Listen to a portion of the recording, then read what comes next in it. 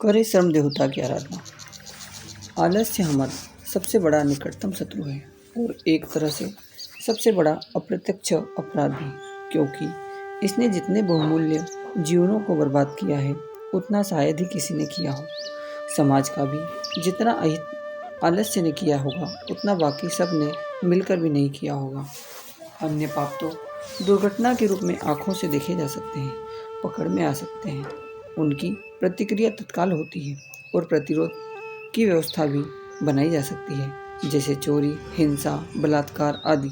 लेकिन आलस्य जैसा अपराध है जो हानि अधिक करता है लेकिन आंखों से दिखता नहीं, इसलिए लोगों का ध्यान इसकी ओर नहीं जाता और यह पकड़ में भी नहीं आता और इसका कोई दंड भी नहीं मिल पाता। ऐसे में आलस्य अपना काम निरंतर करता रहता है, घुन की तरह अंदर ही अंदर से व्यक्ति व समाज को खोखला करता रहता है। परिणाम स्वरूप जिन संभावनाओं को लेकर व्यक्ति पैदा हुआ है वे साकार नहीं हो पाती। मानव जीवन तो प्रत्यक्ष कल्प वृक्ष है जिसे ईश्वर ने अपनी प्रतिकृति के रूप में बनाकर धरती पर भेजा है, जिसमें सकल संभावनाएं भरी हुई है, जिन्हें यदि जागृत किया जा सके तो यह मानव जीवन निहाल हो जाए।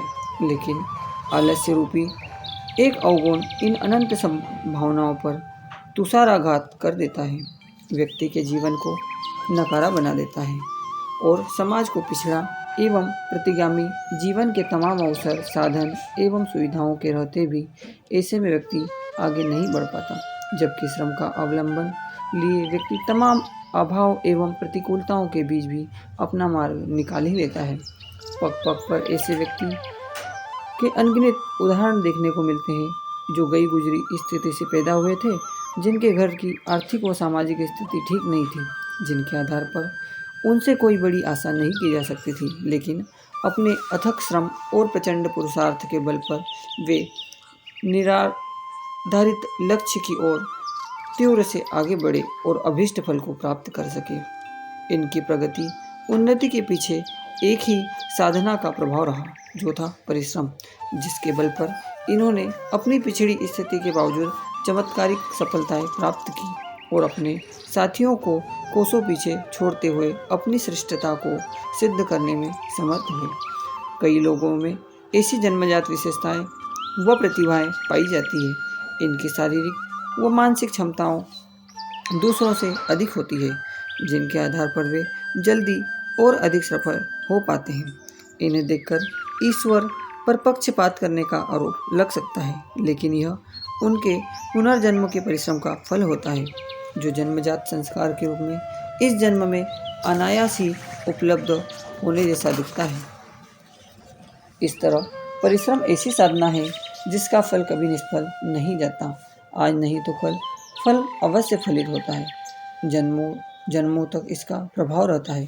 परिस्थितिवश चाही हुई दिशा में निर्धारित समय में यदि अमुक सफलता न भी मिले तो भी व्यक्ति की प्रतिभा एवं मनीषा अन्य की तुलना में श्रेष्ठतर रहती है और वह दूसरों से अधिक सफल सिद्ध होता है और अपनी श्रेष्ठता सिद्ध करने में सक्षम होता है। जीवन में दरिद्रता, दुर्बलता और कुछ नहीं, व्यक्ति के शारीरिक और मानसिक आलस्य का ही परिणाम है। जिस वस्तु का समुचित उपयोग नहीं होता वह अपनी विशेषता खो बैठती है। श्रम से वंचित शरीर अपनी स्फूर्ति, तेजस्विता और बलिष्ठता खो बैठता है। आराम तलब व्यक्ति की जीवन शक्ति दिन प्रतिदिन क्षीण होती जाती है। उसकी सर्दी, गर्मी और रोगों का सामना करने की सामर्थ्य कम होती जाती है। कालांतर में विषमता के छोटे छोटे आक्रमण उसके जीवन व संतुलन पर भारी पड़ने लगते हैं। शरीर में रोगी होने के साथ साथ मन का रोगी भी होना स्वाभाविक है। आलसी शरीर भी की बुद्धि भी कुंद रहती है। उसके सोचने, निर्णय लेने की, निष्कर्ष तक पहुंचने की क्षमता घट जाती है। ऐसा दुर्लभ मन छोटी छोटी उलझनों में ही उलझा रहता है। इससे किन्हीं बड़े कार्यों की अपेक्षा नहीं की जा सकती। जहाँ उच्च साहस, कर्मठता एवं त्याग बलिदान की आवश्यकता रहती है, ऐसे व्यक्ति को चारों ओर उलझनों का जाल, जंजाल ही बिखरा हुआ मालूम होता है और जीवन एवं प्रत्यक्ष बोझ, समस्या एवं उलझन सा प्रतीत होता है। आलसी एक प्रकार का जीवित मृतक ही होता है। इसे आत्महत्यारा कहा जा सकता है। ईश्वर ने व्यक्ति को जो संभावनाएं दी है वे इस एक छोटी सी मानसिकता दुर्बलता के कारण अस्त व्यस्त हो जाती है। साथ ही आलस्य एवं एक संक्रामक एवं घृणित बीमारी की तरह फैलता है। वह दूसरों को भी अपने प्रभाव क्षेत्र में लेकर उनको भी नकारा बना देता है। आज देश समाज में इस स्थिति को व्यापक स्तर पर देखा जा सकता है। लोग श्रम नहीं करना चाहते, बिना श्रम की छोटी मोटी सरकारी नौकरी में इस बहुमूल्य जीवन को झोंकने को तैयार रहते हैं। बैठे बैठे आराम से ठाट बाट की जिंदगी अधिकांश लोगों की आदर्श बनी हुई है। ऐसी मानसिकता का व्यापक प्रभाव समाज व समूह समुदाय पर भी पड़ता है और श्रम को हेय दृष्टि से देखा जाता है। जबकि जहाँ श्रम का सम्मान होता है वहाँ व्यक्ति के साथ राष्ट्र एवं समाज भी उन्नत होता है। श्रम एक प्रत्यक्ष देवता है। जिस समाज में इसका सम्मान होता है वहाँ लोगों को आगे बढ़ता देखा जा सकता है। सफलता, समृद्धि और खुशहाली को उनके आंगन में लहलाते हुए देखा जा सकता है। यूरोप, अमेरिका और जापान सरीखे देशों ने आज विकसित देश होने का जो तमगा हासिल किया है उसके पिछले दीर्घकालिक अथक श्रम की महिमा रही है। वहाँ किसी को छोटा या बड़ा नहीं माना जाता। जीवन पर्यंत श्रमशील जीवन जीने में वहाँ लोग अपनी शान समझते हैं। दुर्भाग्य से हमारे यहाँ एक तो श्रम की गरिमा का अभाव देखा जाता है, दूसरा सेवानिवृत्ति होने के बाद अधिकांश व्यक्ति हताश हो जाते हैं कि अब करने के लिए क्या शेष बचा है। उन्हें लगता है कि अब तो हमारी इतनी आयु बीत गई, अधेड़ हो गए या बुढ़ापा आ गया, अब कोई बड़ा काम नहीं हो सकता। जबकि ऐसी निराशावादी विचारधारा अध्यात्मवादी सोच के सर्वथा विरुद्ध है। अभी भी देरी नहीं हुई है। यदि किसी कारणवश आलस्य प्रमाद में समय यूं ही बर्बाद होता रहा, मनोवांछित सफलता हासिल नहीं हो पाई, तो भी निराश होने की आवश्यकता नहीं है। श्रम देवता का अवगाहन कर जीवन को नए सिरे से संवारा जा सकता है। आचार्य विनोबा भावे का जीवन इस संदर्भ में प्रकाश स्तंभ की भांति एक जीवंत मिसाल रहा है। वे आजीवन तन मन से परिश्रम में संलग्न रहे। औपचारिक स्कूली शिक्षा अल्प होने के बावजूद व्यक्तिगत अध्ययन के आधार पर उन्होंने विश्व की प्रायः सभी प्रमुख भाषाओं और विचारधाराओं पर अधिकार प्राप्त कर लिया था, जिसके चलते विश्व के गिने चुने मनीषियों में उनकी गिनती होती थी।